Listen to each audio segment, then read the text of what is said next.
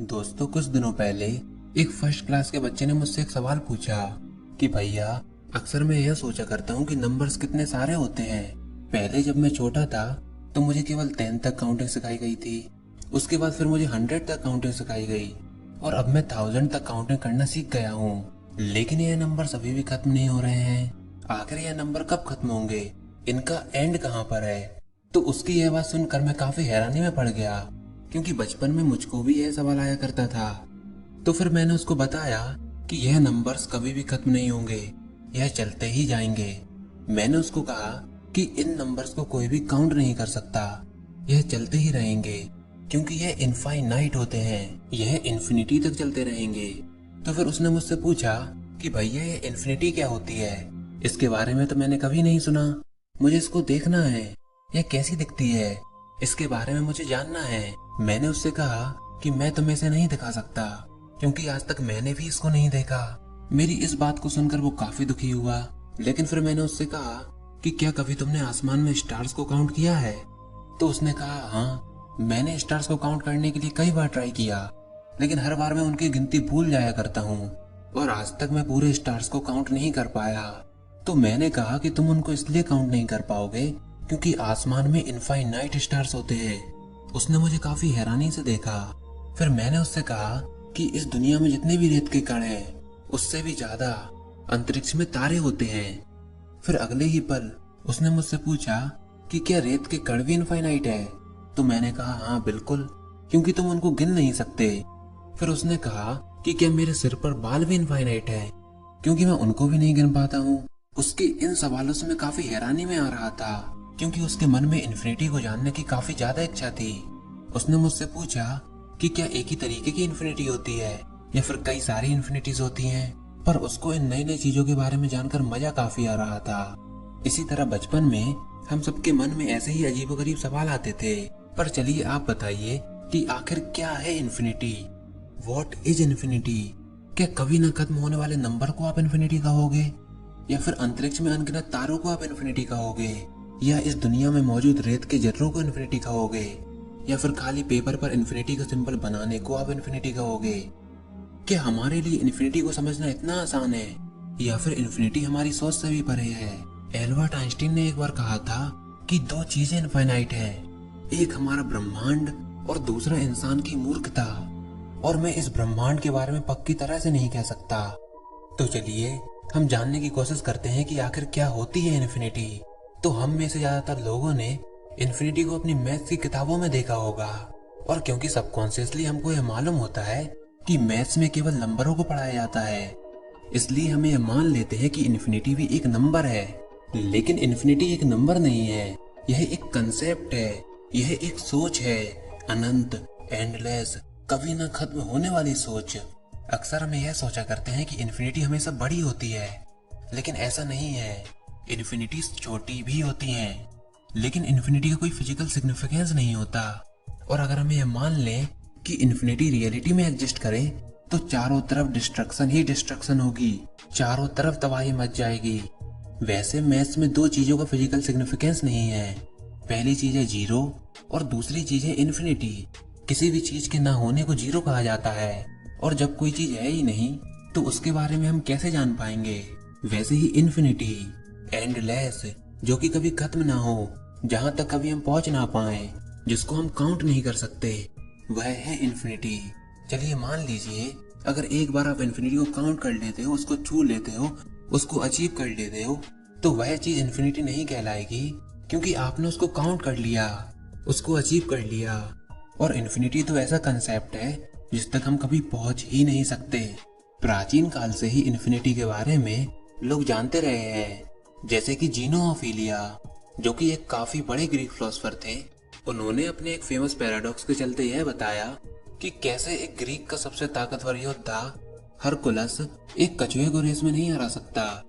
और उनका यह पैराडॉक्स आज भी स्कॉलर्स को परेशान करता है।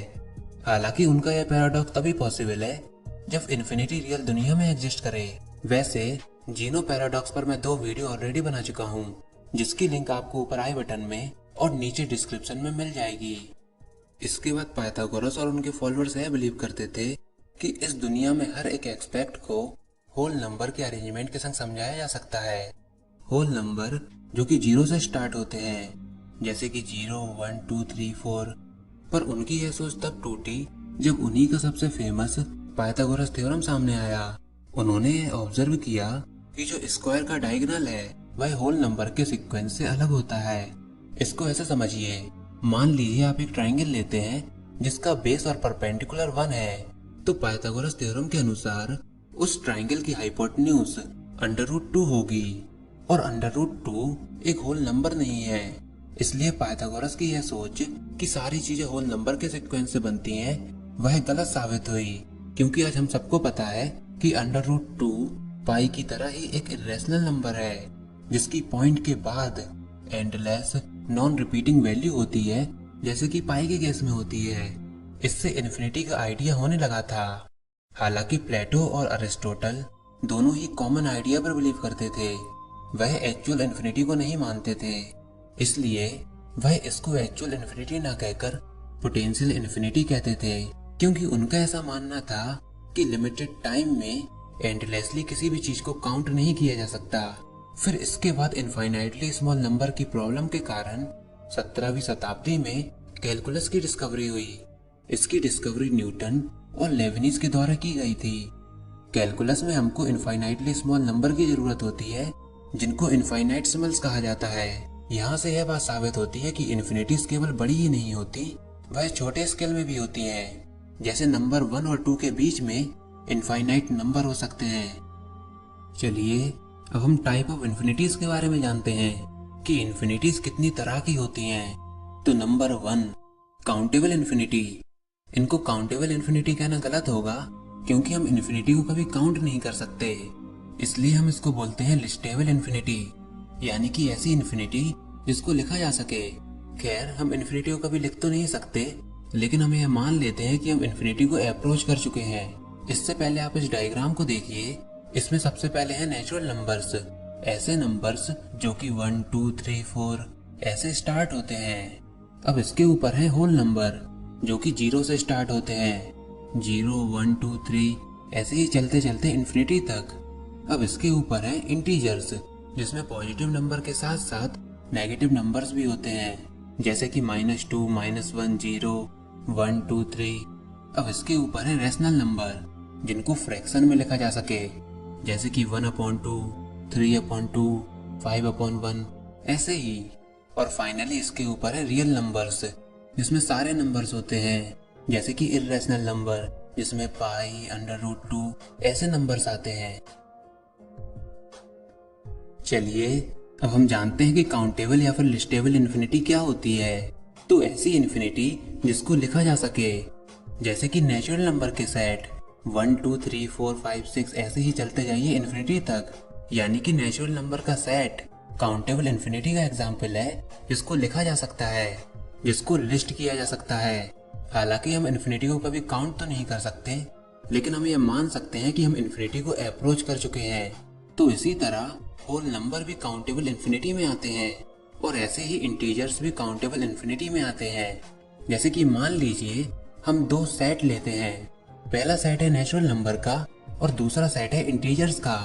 तो हम पहले सेट को दूसरे सेट से करस्पॉन्ड करते हैं, उसको जोड़ते हैं, इसका सही नाम होगा उनकी मैपिंग करते हैं। तो यह दोनों सेट, पहला सेट नेचुरल नंबर का जो कि इन्फिनिटी तक जाता है और दूसरा सेट इंटीजर्स का वह भी इन्फिनिटी तक जाता है। तो जब आप इनको कंबाइन करते हो, इनको मैप करते हो, तो यह दोनों इन्फिनिटीज बराबर ही होंगी जो कि काउंटेबल इन्फिनिटी होगी। अगर आपने मैथ्स में सेट या फिर ग्रुप थ्योरी पढ़ी है तो आप इसको अच्छे से समझ पा रहे होंगे। चलिए अब हम एक बार फ्रैक्शंस को भी देख लेते हैं।